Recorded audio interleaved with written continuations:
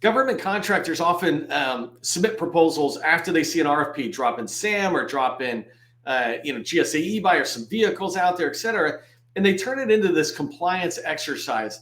This exercise of just writing a response. It's supposed to be 10 pages or 100 pages, and they push it forward, right? But that's not how you win. You can fire off as many as you want, but you're really not going to win. I don't have necessarily a problem with responding to an RFP when you see it in SAM, right? We like to encourage you to get started earlier in the process. But what I have a challenge with is when we're just writing proposals as government contractors that are purely compliance exercises. There's a lot of AI tools that are coming out, and people might see them as a way to rapidly respond to RFIs or RFPs in particular, and just send a proposal into the government. It's like, no, that tool is like a good technical writer. They're just there as part of the team. It's not the only person. And so today's training, I really want to talk about the ingredients of winning proposals in the federal government space. And I'm speaking about this from a government contracting salesperson's perspective. I'm not a proposal manager. I'm not here to write and talk about the different sections of an RFP and breaking it down. What I want to talk about is how do you write winning proposals? And what I mean by winning proposals are proposals that are most likely going to be chosen by the buyer. When they see it, they're like, oh my God, I want to award to that. There might be 3 or 4 other companies that are doing similar, writing winning proposals, right? They've attended my training. But I want to make sure you've got it covered down on what those ingredients are. And I broke it down into 3 parts, right? Today, I want to talk to you about the framework of a winning proposal and what do I really want you to be paying attention to, just 3 key things.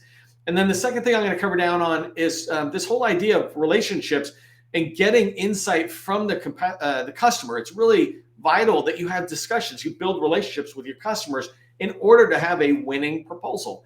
And then the last thing is I'm going to talk about this idea of teammates, right? Teammates are going to make you stronger. We call them competimates sometimes. Sometimes we're competing with them. Sometimes we're teaming with them. But every opportunity I want to encourage you to pursue with a team member. It can only get better because, if you think about it at $1 million level, you're like, there's a little bit. But keep thinking about it at the 10 million and the 100 million and the $1 billion level. You're going to have teammates, and building those relationships early on is really important. So if you're looking to write winning proposals, if you're looking to win more in the federal government space, win more contracts by writing these winning proposals, just let me know you're here for the ride. Put "Let's Win" in the chat.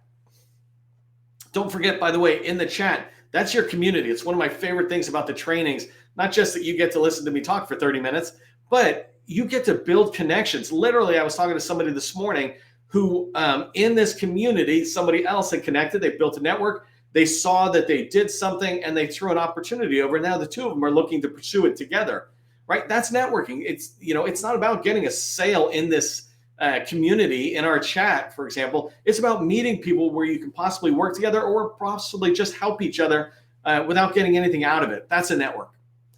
If you don't know who I am, my name is Neil McDonnell. I want to welcome you to my federal sales training where I provide tips for success in the federal market. I spent 20 years in the federal market as a small business owner. And since 2018, I've been teaching people like you that government contracting is not a secret. It's just a process. When we follow a process A to Z, we're going to have repeatable, predictable results. That's what I want for you. I want it for your company, and I certainly want it for your proposals. And so that's why I'm giving you the tips that I'm giving you today. If you haven't done so already, do me a favor, subscribe to my newsletter. It's Government Contracting Success Newsletter. I put out content constantly that's related to your success factors in the government, in the federal market, right? So I put out information about federal agencies. Recently, I just talked about an RFI that for a $12 billion contract vehicle that a lot of people didn't hear about, but the process is really quick to respond. Other times I put out people's names, numbers, and emails in the federal market. Any of that information that we can have that would be a help to you, we put it in the newsletter. So make sure you subscribe to the newsletter and stay informed. And then the last thing is I just want to thank the people who registered for training today. We had about 140 people registered for training today. We have over 200 people attending, which is fantastic, right? This is our network. And when you say that you're coming to training by just clicking that button and registering for training, you don't even have to put your information in. You just literally click a button. When you do that, it's a very simple thank you to me and my team as we provide this training for you every single day. So thank you for doing that. Also, when you register for training, LinkedIn puts the word out to other people. I've got one more training this week tomorrow. It's going to be about capability statements that actually get read, actually help you get meetings. And so make sure you go register for that. I think we got like almost 200 people registered for that one. Okay, I wanted to really quick just say, this is not a commercial, but it's like a public service announcement, if you will. I got a large company. They're doing a little bit more than $100 million, looking for small businesses to team with. They're not a customer of mine. He's just a friend of mine who I know is open to working with small businesses. And if you can read this, right, they're looking to expand their business through subcontracting to smalls. And so if you're a small business that has 3 past performances in the federal market, doing cloud work, agile software development, any of the emerging technology space, data or cyber, then do me a favor, in the chat, just put, what can I have you put in the chat? Just reach out to me on direct message. I don't know how to put it in the chat at the moment. But if you've got those 3 past performances, reach out. Other times I'll tell you about, if you don't have past performance, how I might make introductions. But this time I'm looking to help these guys help a few of you get opportunities together. All right, so let's dive into the meat of today's training.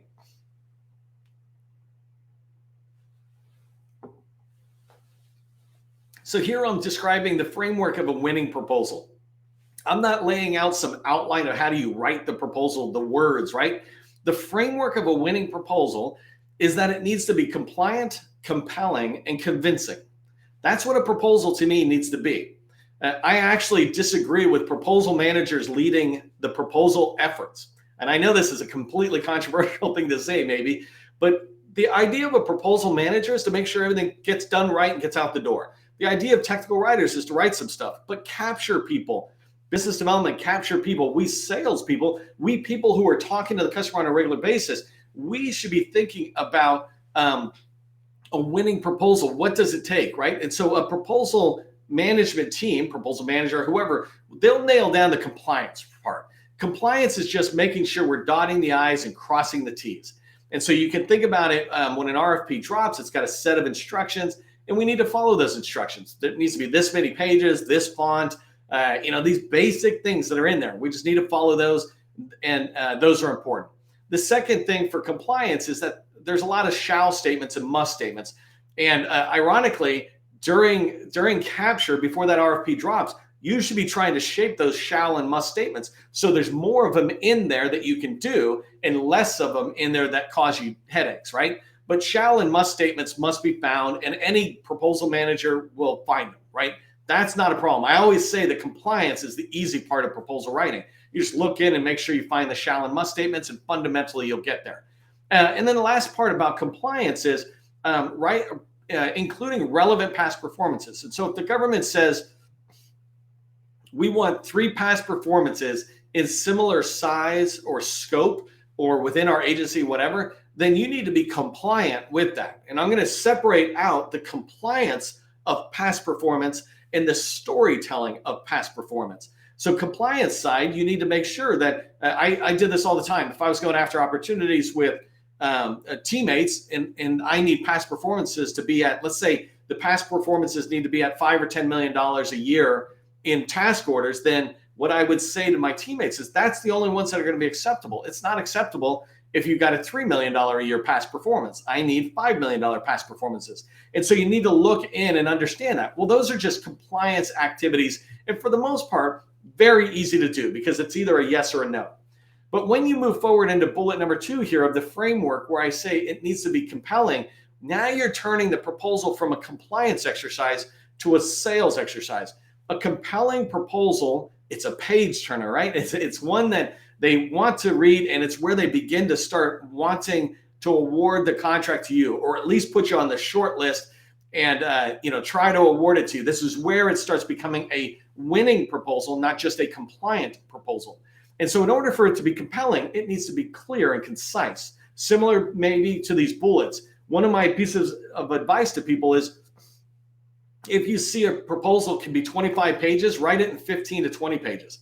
Why take 25 pages? Just because they gave it to us? Figure out how to get your message in less pages. Do it 10 pages, right? Figure out how to say that. There was this great quote from Mark Twain, I think, if you need me to talk for an hour, I can do it right now. If you need me to talk for 5 minutes, I'll need a month of preparation. And the whole point is it's way harder to have a clear, concise message that Mark Twain was talking about. And in your proposal, it's the same thing. If you can make a clear, concise delivery of your proposal, like 10 pages instead of 25, then the reader is going to really embrace it, and they're going to be able to jump to that message faster. So the second thing about compelling is it needs to tie to their mission. You need to understand, what are they trying to do? What are their, obviously, challenges and pain points, but what are their strategic goals, their priorities, their objectives? How are they measuring these things they're doing? These are outside of what's written in the proposal, but you need to tie this requirement the government has to their broader need. And then the last thing is you need to help them see the outcome. So if you're writing a proposal and you're saying, hey, we're going to do this work, like I'm working with a customer right now that's doing an AI ML, artificial intelligence type response to the government, you can't just say, hey, we're going to do the work and here's some of the technical aspect. You need to help them see the outcome of how they'll be better, how they'll be able to accomplish their mission more effectively using this solution, this approach, this technical approach that we're suggesting. And so they need to be excited about it and to go, oh my God, I can see myself there. If you think about real estate for a second, if you've ever bought a house, real estate agents, I don't know if they still do it, but certainly in the old days, when they'd walk me and my wife into a house, they'd sit there and say, can you see your couch here and watching a TV show right up against that wall? And we're like, yeah. Well, what they're doing is getting us to put ourselves now in that couch, which is in this house, which they want me to buy, right? And you want to do that same thing. You want to help the buyers see themselves in your solution being served by you. That's compelling. The last one on the framework of a winning proposal, it needs to be convincing. And what I mean by this is you've wowed me as a federal buyer. You've compelled me, you've made a compelling case for why your proposal is the right one and why your solution is the right one, and I should go with you. But I have responsibility to the federal, to the taxpayer to make sure I'm spending the money right. So convince me now that what you're saying that excited me is doable. So there's a difference between exciting me about it and then demonstrating to me that we can get past the excitement. It's basically take me from the honeymoon to a happy marriage for life, right? Kind of thing. Should convince me that this is going to be a good thing. And so one of the ways you could be convincing is to just write at a third grade level, not a PhD level. Don't fill your proposals with this heavy jargon.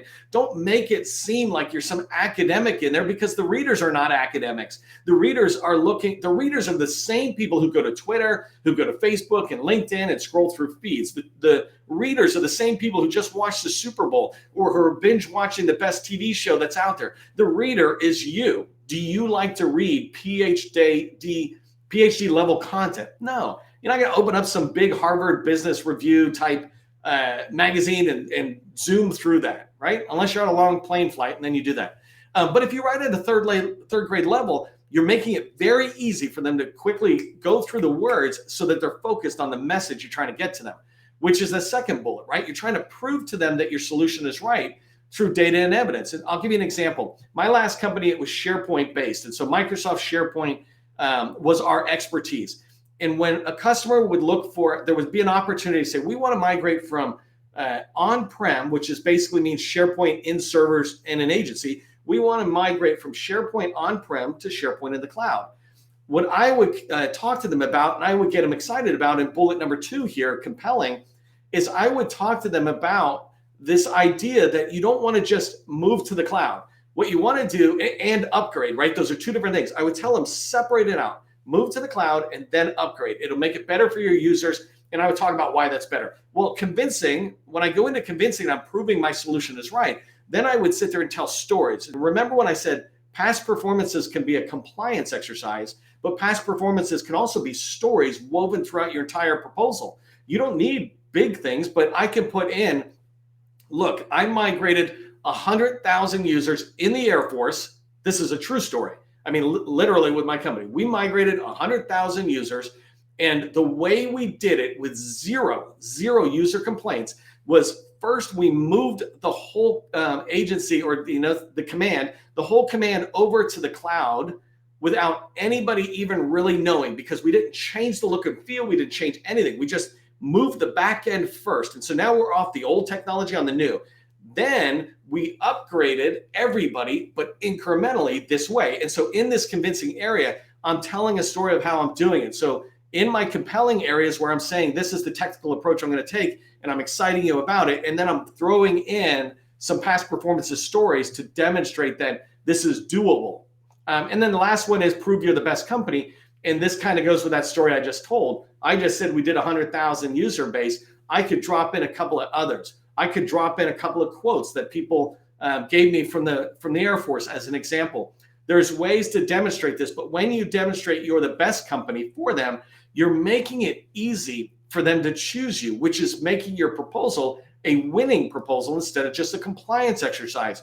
You don't want them to sit there and say, these guys will do. What you want is for them to say, I wish I could award to this company. I know there might be a couple of companies like that they wish they could award to, but you absolutely want to stand above your competitors, and it's not that hard if you make your proposals compliant, compelling, and convincing. By the way, if you followed all that, you agree with that, and you're going to start making yours compliant, compelling, and convincing, put 3 C's into the chat. Give me a little break while I take some water.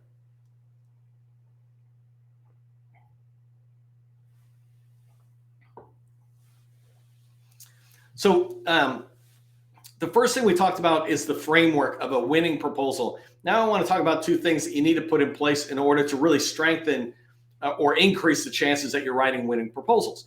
And so one thing that's really important to remember is that relationships are vital for success in federal government contracting. In particular, they're vital for writing good proposals.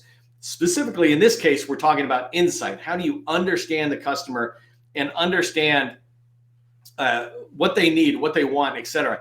And so I have 3 strategic relationships here that you should be developing. You certainly want to develop them when you're doing business development. That's the whole point of business development, is to get to know an agency, build relationships, and identify opportunities.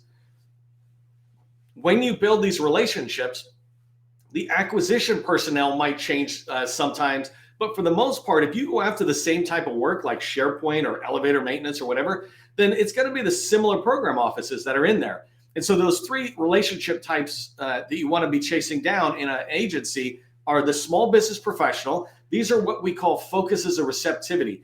They're willing to, they don't buy anything. They don't have the need. What they do have, though, is a willingness to be able to be a liaison between the federal buyers, their customers, and small business or even large, right? But on industry side.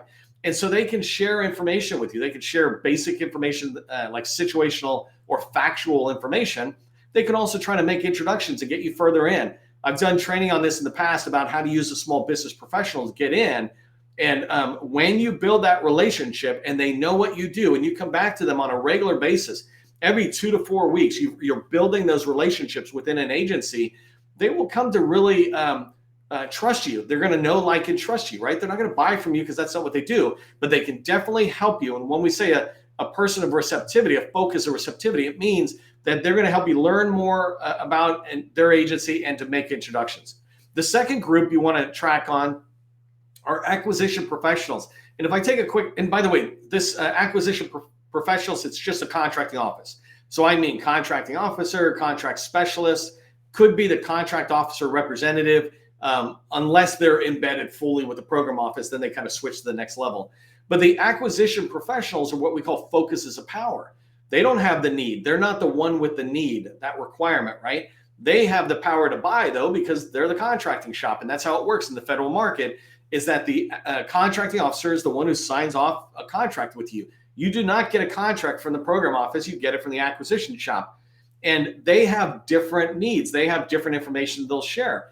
And so when you build relationships with a contracting shop, contracting officers, contract specialists, et cetera, you're going to get insight on what's important to them, what they're looking for, maybe how they see the reporting that you do, or some of the concerns that they have about how you're executing on the contract, or their ability to look and go, can you manage the financial contract or a contract of this size, right? The financial aspect. You have to have conversations with them, though, to be able to get there. And by the way, if you're just getting started, I'm not expecting you to get in there and do this. But I have customers, for example, been around a while. I'm like, okay, you need to get in. You need to be doing this because this is fundamental to first business development and then capture management activities. And so capture activities that you're doing, getting in and having these conversations, are tied to an opportunity which leads to that proposal you're trying to make a winning proposal. One quick thing on the aside, when I work with customers and any chance I get their CRM or their sales pipeline and I put it in SharePoint. If you have Microsoft SharePoint and Microsoft Teams, then put your pipeline in there. It's a great place to put it if you don't have another one. But in my pipeline for each opportunity we're chasing, it has a field that says POCs. And I always look in there for points of contact from these three groups. If I look at an opportunity and somebody is trying to move it forward, but they can't tell me who the small business professional is, who 1 or 2 acquisition personnel are, and who at least 3 or 4 program office personnel are, then I know that they don't know anything about that opportunity. No matter what else I see, if you can't tell me who the people are, then you sure are not even talking to them. And if you're not talking to them, you're not getting a lot of insight. And so it's important to get insight. The program office is director of IT or facility management or the chief of HR, right? So you want to get begin to build relationships with these people in these different roles so you can get in and have conversations with them, understand their challenges, pain points, etc. I have all sorts of training you can watch about how to have those meetings. But the first step when you're thinking about tying this back to winning proposals is understand that you have to have relationships with these people and get in and start talking to them to learn about that opportunity more, that requirement that they have. And when you understand that, when you have that insight, you're able to weave it into the proposal, which allows you to start making that proposal a lot more compelling. Very quickly, I just wanted to show you when I'm talking about building relationships and I'm talking about gathering this information, this is a diagram, a handout that I have, and happy to send it to you at any point. If you want, just put it in the chat. Say handout, please. Shift to the left is what this is called. And the idea when we say shift to the left is that you have the RFP and it drops, right? Let's say it drops in SAM and you see it. Fine, you can decide to move forward and pursue it. The problem is when an RFP drops, all dialogue stops, right? The government no longer is allowed to talk to industry, certainly not one-on-one about that requirement. And so what you want to do, if you want to increase the chances of having a winning proposal, the strength of your proposal is you want to start shifting left in that sales process. So right now I'm talking about RFIs, sources sought notices. You might see those in SAM as well, or if you've got contract vehicles, but you want to find those and participate in those. When the government is dropping RFIs and sources sought, they're in this formal market research phase. This is the chance to be able to engage with that customer. You can get in and start talking to people, but you can shift even further left into what I call the informal market research phase. And here you can start talking to them, getting into the program office in particular to try to talk about the need. What I always like to tell my customers is don't talk about an opportunity ever. Get in there and talk about their needs, their goals, their challenges, etc., and make sure your questions are aligned to an opportunity you want to chase. But don't talk about an opportunity early on in the phase. Help them understand that you're there to have a dialogue, to learn about their agency, to share about some of your solutioning approach, etc. If all you're doing is selling, you can wait to quoting, you can wait till the RFP drops. But if you truly want to serve your customer, if you truly want to have a strong winning proposal, then get into dialogue with the program office early on. And the way you do that is shifting left. I have multiple video replay trainings of this very topic. How do I shift left? What do I do when I'm in there? So I know this one's very superficial on the topic, but I dive deep into this multiple times. And so you can really find a lot of good training on how to do business and development and capture that'll support your winning proposal needs. Okay, so the last thing we want to pay attention to is teammates. I feel very strongly that teammates make you stronger. And I believe you want a teammate on every single opportunity. I don't really care how small it is, right? Now, if it's a 1 FTE thing, maybe that's the limit. But if there's 2 FTEs, full-time equivalent or billable employee, if there's 2 or more, I'm a huge fan of saying, here, you can have one, I'll have one, and we'll work together because you're building relationships that guarantee your success in the future. But other reasons that teammates are really valuable to that winning proposal, sticking on today's topic, a winning proposal is very helpful when you or somebody on your team knows the customers. And so teammates can bring in what we call agency intimacy and agency relationships they already have. I'm doing that right now with one of my customers. I'm bringing one company in and connecting them with a customer who's in the agency. The customer that's in the agency doesn't really have the strength on the quals, But these guys do, but they don't have any relationship. Together, they're going to be stronger. And maybe they go after a $1 or $2 million opportunity. And then next year, they're going after $5 and $10 million opportunities. That's the idea. But so first thing is teammates bring agency intimacy, or they know your customer. The second thing is they bring those past performances and stories. Even if some of their past performances can't be used as compliant level past performance, right? They could certainly be used as stories to weave into your compelling proposal. We did this here and here. And then the last thing, and teammates bring subject matter experts. This is phenomenal, right? If you have 7 task areas, truly look at those task areas and go, where are we weak? You know what? These two, we're at a 3 out of a 5. Let's go find a teammate that's a 5 out of a 5 on those. We'll be strong on the first 5. They can cover down the last 2. So that teammate will come in and make you so much stronger and help you have such a stronger winning proposal. So here's what I want you to remember from today's training to take forward. First off, look at the opportunities that you're pursuing in your pipeline right now, right? Do you have relationships with those 3 stakeholders that I said within the government? The second thing, on those opportunities that are in your pipeline, do you have teammates? Go figure out where a teammate can fit in. I have a training on how do you determine what teammates you want to go after and then how to go after them. And the third thing I want you to remember is that you need to be convincing, not just compelling, but convincing. Do you know why you're the best? Could you tell me? Could you tell the customer? All right, remember to subscribe to the newsletter, register for training. We got one more tomorrow. And all of us, just remember, government contracting, it's not a secret. It's just a process. I'll see you in the next training.